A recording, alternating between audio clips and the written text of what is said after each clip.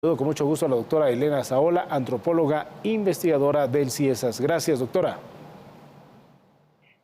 Encantada, muy buenas tardes, Héctor.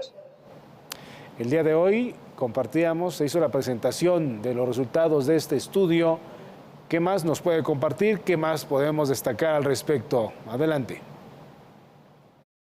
Bueno, es un gran instrumento que nos revela una gran cantidad de mediciones para conocer cuál es la situación de la infancia en nuestro país, bueno, infancia y adolescencia de 0 hasta 18 años, en relación a una gran cantidad de indicadores sobre pobreza, educación, salud, incluso también violencia, datos muy preocupantes de cuál es la situación de la infancia y de cómo ha ido evolucionando a lo largo de los últimos 5 años, porque los autores han hecho mediciones cada 2, cada 3 años, y ahora pues tenemos esta última que se refiere a 2020, porque, bueno, no, bueno, el título dice 22, pero creo que los últimos datos son de 21, y también muchos datos que sacan ellos del censo, pero que, bueno, sobre todo nos dejan ver cómo el país, bueno, no invierte lo suficiente y no se preocupa lo suficiente por niños, niñas y adolescentes en nuestro país. Digamos que el índice, el promedio de todos los indicadores que ellos miden, da como 0,5, o sea, como que estamos a la mitad de ver por nuestros niños. Y no, este no es un dato que corresponda al nivel de desarrollo de nuestro país. Es decir, hay más niños y niñas, por ejemplo, en situación de pobreza, son 56% en relación con adultos, que son 44%.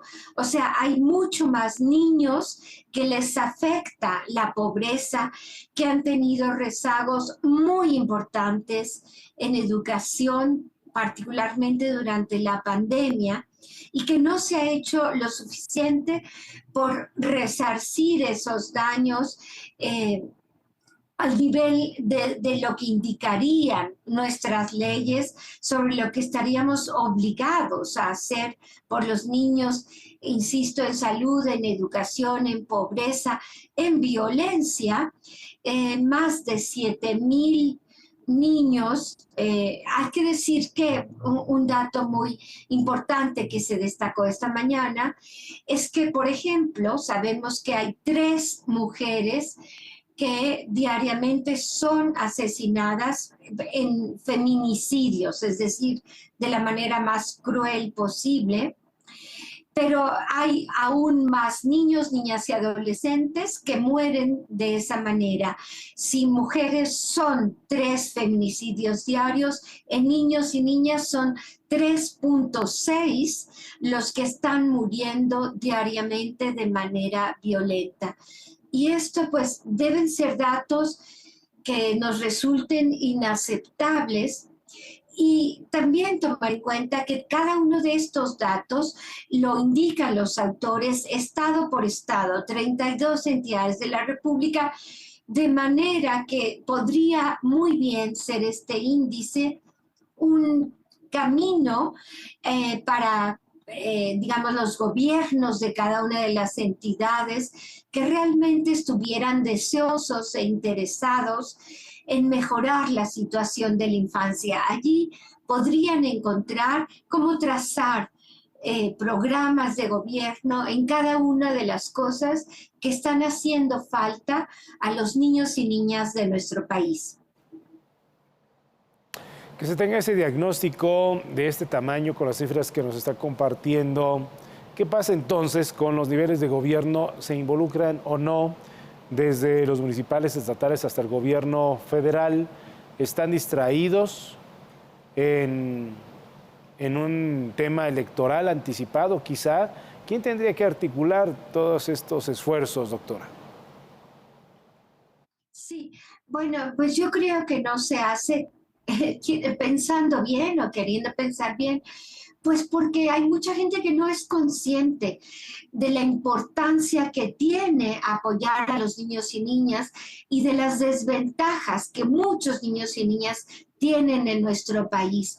Yo creo que no tienen conciencia de que apoyar a los niños y niñas no es solo apoyar el futuro, es apoyar al país entero, porque si estamos dispuestos a que ellos tengan la mejor educación, les vamos a permitir desarrollar plenamente todo su potencial, todas sus capacidades, que de manera que si no invertimos en todo esto, pues los niños se quedan a medio camino, como este índice marca que están a medio camino. Por ejemplo, ellos hablan de grupos específicos, de grupos y niños que están en peores desventajas y son sobre todo los niños y niñas indígenas y también aquellos que padecen alguna discapacidad o limitación en su condición mental. Esos niños todavía tienen menos oportunidades de desarrollarse plenamente. Y diríamos que sí, muchas veces hay algunos o muchos políticos más interesados en sus propias agendas, campañas, que en ver cómo pueden mejorar estas condiciones de la infancia.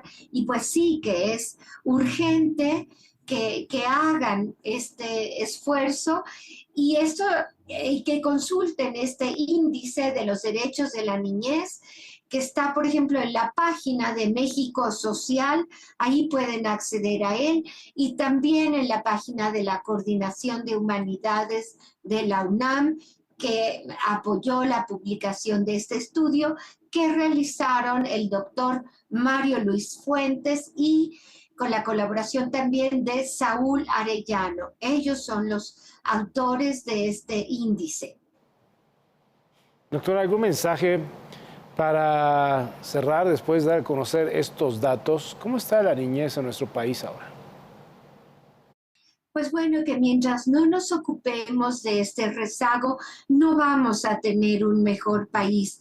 Un mejor país requiere que coloquemos por encima de cualquier otro interés el interés de los niños, que bueno, es una fórmula fácil de decir, el interés superior de los niños, pero no solamente las autoridades, los políticos están obligados, sino la sociedad entera, cada quien en el ámbito en donde se encuentre, debemos de tener siempre una actitud de respeto, de protección, de cuidado hacia los niños y niñas y darles el lugar que ellos requieren, un lugar prioritario si queremos que nuestro país avance. Como están las cosas, pues los propios autores dicen que somos un país bastante incivilizado porque no logramos colocar a esos niños y niñas primero. Doctora Elena Saola, muchas gracias por estar con nosotros, gracias por su tiempo para esta entrevista.